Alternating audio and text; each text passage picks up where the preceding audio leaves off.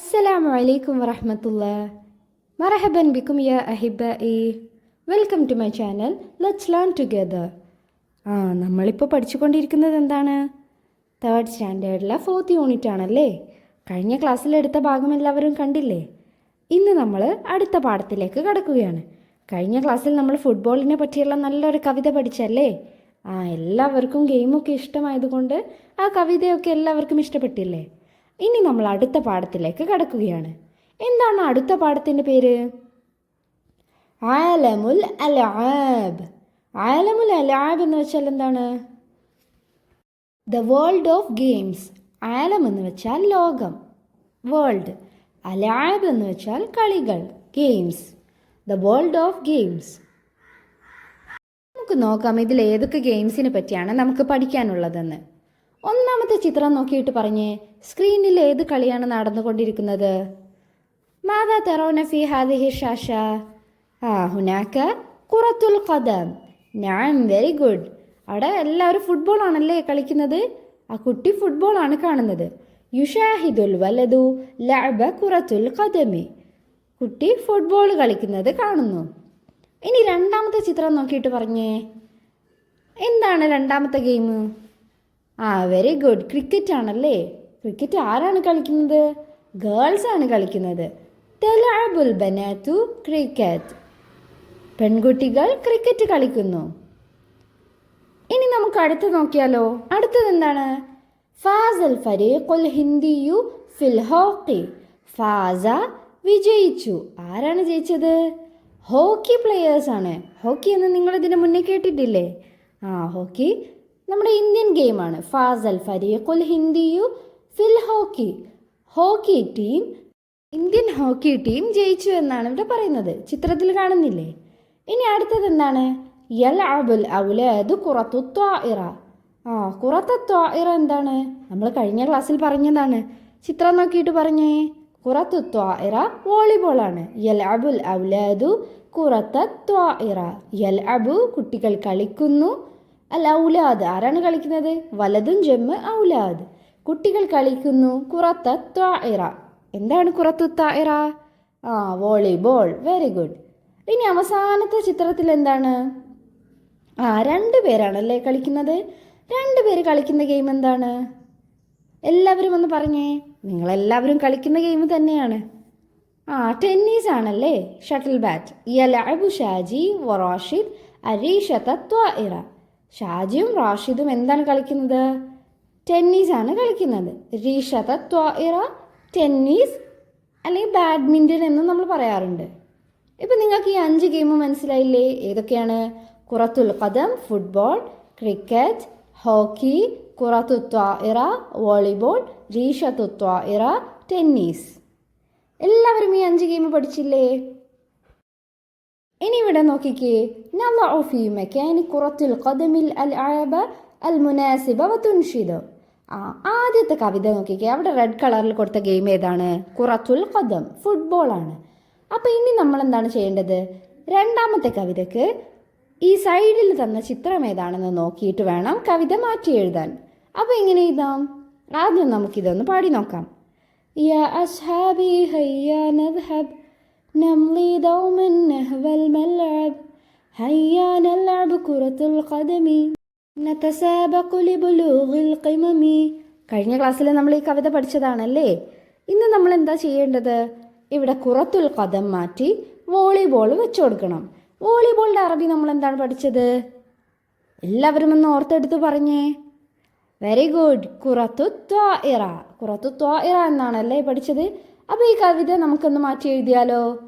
യാ അസ്ഹാബി ഹയ്യാ നദ്ഹബ് നംളി ദൗമൻ Nahuel മൽഅബ് ഹയ്യാ നൽഅബ് ഖുറത്തു ത്വാഇറ നതസാബഖു ലിബുലൂഗിൽ ഖിമമി.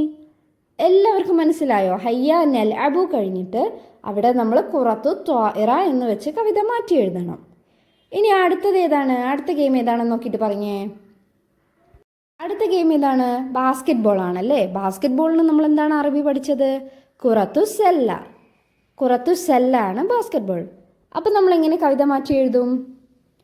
ഖുറത്തുൽ ഖദം എന്ന് മാറ്റി ഖുറത്തു സെല്ല എന്ന് വെച്ച് കൊടുക്കണം. ഇനി അവിടെ കുറത്തു സെല്ല വെച്ച് പാടി നോക്കിയാലോ? യാ അസ്ഹാബി ഹയ്യാ നദ്ഹബ് നംളി ദൗമൻ നഹ്വൽ മൽഅബ് ഹയ്യാ നൽഅബ് ഖുറത്തു സല്ല നതസാബഖു ലിബുലൂഗിൽ ഖിമമി. ഇതുപോലെ ഈ കവിത നിങ്ങൾ മാറ്റി എഴുതണം.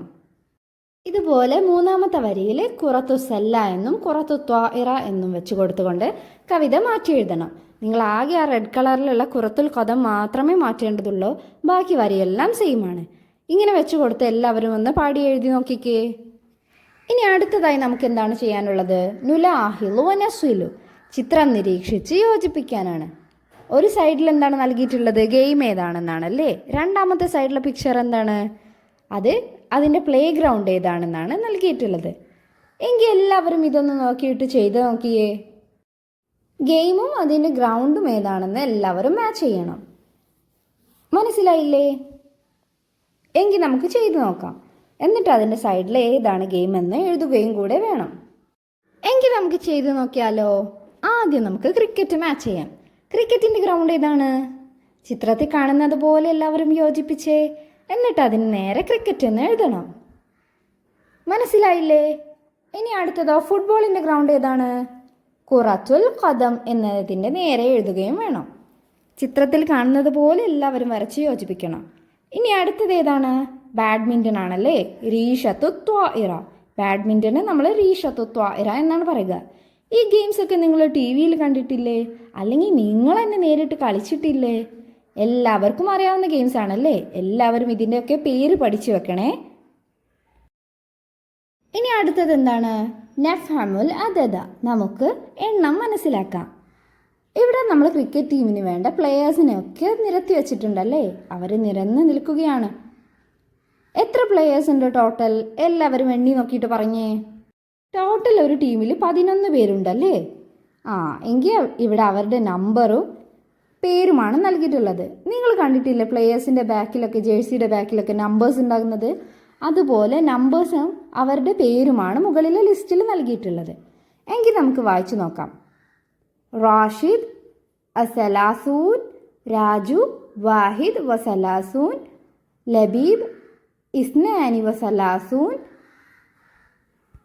അൻവർ സലാസത വസലാസൂൻ, ബൈജു അർബഅത വസലാസൂൻ. ഇനി നമുക്ക് ഇവരുടെ നമ്പേഴ്സ് ഒന്ന് പറഞ്ഞു നോക്കിയാലോ? റാഷിദിൻ്റെ നമ്പർ എത്രയാണ്? റാഷിദ് സലാസൂൻ 30, രാജു വാഹിദുൻ വസലാസൂൻ 31, ലബീബ് ഇസ്നാനി വസലാസൂൻ 32, അൻവർ സലാസത വസലാസൂൻ 33, ബൈജു അർബഅത വസലാസൂൻ എത്രയാണ്? നിങ്ങളൊന്ന് അവൻ്റെ ജേഴ്സിയുടെ നമ്പർ നോക്കിയിട്ട് പറഞ്ഞേ. 34. ഇനിയോ ഇപ്പുറത്തെ സൈഡിൽ നോക്കിക്കേ. കുമാർ ഖംസത വസലാസൂൻ എത്രയാണ്? 35, സിനാൻ സിത്തത്തുൻ വസലാസൂൻ 36, രാഹുൽ സബഅത്തുൻ വസലാസൂൻ 37, സുഹൈൽ സമാനിയത്തുൻ വസലാസൂൻ 38, ജമീൽ തിസ്അത്തുൻ വസലാസൂൻ 39, ജസീർ അർബഊൻ എത്രയാണ്? 14. ഇപ്പം നിങ്ങൾക്ക് എല്ലാവരുടെ പേരും നമ്പറും മനസ്സിലായില്ലേ? ആ നമ്പറുള്ള ജേഴ്സിയിലെ ആളുകളാണ് താഴെ ടീം മെമ്പേഴ്സായിട്ട് നിരന്നു നിൽക്കുന്നത്. ഇനി എല്ലാവരും ആ നമ്പറും എണ്ണം എഴുതിയതും ഒന്ന് അറബിയിൽ നോക്കി വായിച്ച് മനസ്സിലാക്കിക്കേ. എല്ലാവർക്കും ഇപ്പോൾ നമ്പർ മനസ്സിലായില്ലേ? എങ്കിൽ നമുക്കിനി ഇവിടെ എഴുതി നോക്കാം. നഅ്ദു വനക്തുബു, എണ്ണി നോക്കാം എഴുതാം. നമുക്ക് എണ്ണി നോക്കാം എഴുതാം. നമ്മൾ പഠിച്ചല്ലേ 31 വാഹിദുൻ വസലാസൂൻ. അങ്ങനെയെങ്കിൽ ആണെങ്കിൽ 34 എന്താണ് പറയുക? എല്ലാവരും ഒന്ന് എണ്ണി നോക്കിക്കേ. 30 എന്നുള്ളതിന് നമ്മൾ സലാസൂൻ എന്ന് പറയും. അങ്ങനെയാണെങ്കിൽ 4 എന്താണ് പറയുക? വാഹിദ് ഇസ്നാനി സലാസ അർബഅ. Very good. അങ്ങനെയാണെങ്കിൽ അർബഅത്തുൻ വസലാസൂൻ. എല്ലാവരും ഇവിടെ കംപ്ലീറ്റ് ചെയ്തേ. എല്ലാവരും എഴുതിയില്ലേ? എങ്കിൽ അടുത്ത നമ്പർ നോക്കിക്കേ. സിത്തത്തുൻ വസലാസൂൻ. സിത്തത്തുൻ വസലാസൂൻ എന്ന് വെച്ചാൽ എത്രയാണ്? സലാസൂൻ നമ്മൾ ഓൾറെഡി പറഞ്ഞു 30 ആണ്. അങ്ങനെയാണെങ്കിൽ സിത്തത്തുൻ എന്ന് വെച്ചാൽ എത്രയാണ്? എല്ലാവരും എണ്ണി നോക്കിക്കേ. വാഹിദ് ഇസ്നാനി സലാസ അർബഅ ഖംസ സിത്ത. അപ്പോൾ സിത്ത എത്രയാണ്? സിത്ത 6. അങ്ങനെയാണെങ്കിൽ അവൻ്റെ നമ്പർ എത്രയാണ്? 36. അങ്ങനെ ജേഴ്സിയുടെ ബേക്കിൽ 36 എന്ന് എല്ലാവരും എഴുതി കൊടുത്തേ. ഇനി നമുക്ക് അടുത്തയാളുടെ നമ്പർ നോക്കാം. അടുത്തയാളുടെ നമ്പർ എത്രയാണ് ജേഴ്സിയിൽ നൽകിയിട്ടുള്ളത്? 39. 39 നമ്മൾ എന്താണ് അറബിയിൽ പറയുക? 30 എന്നതിന് സലാസൂൻ. അങ്ങനെയാണെങ്കിൽ 9 എന്താണ് പറയുക?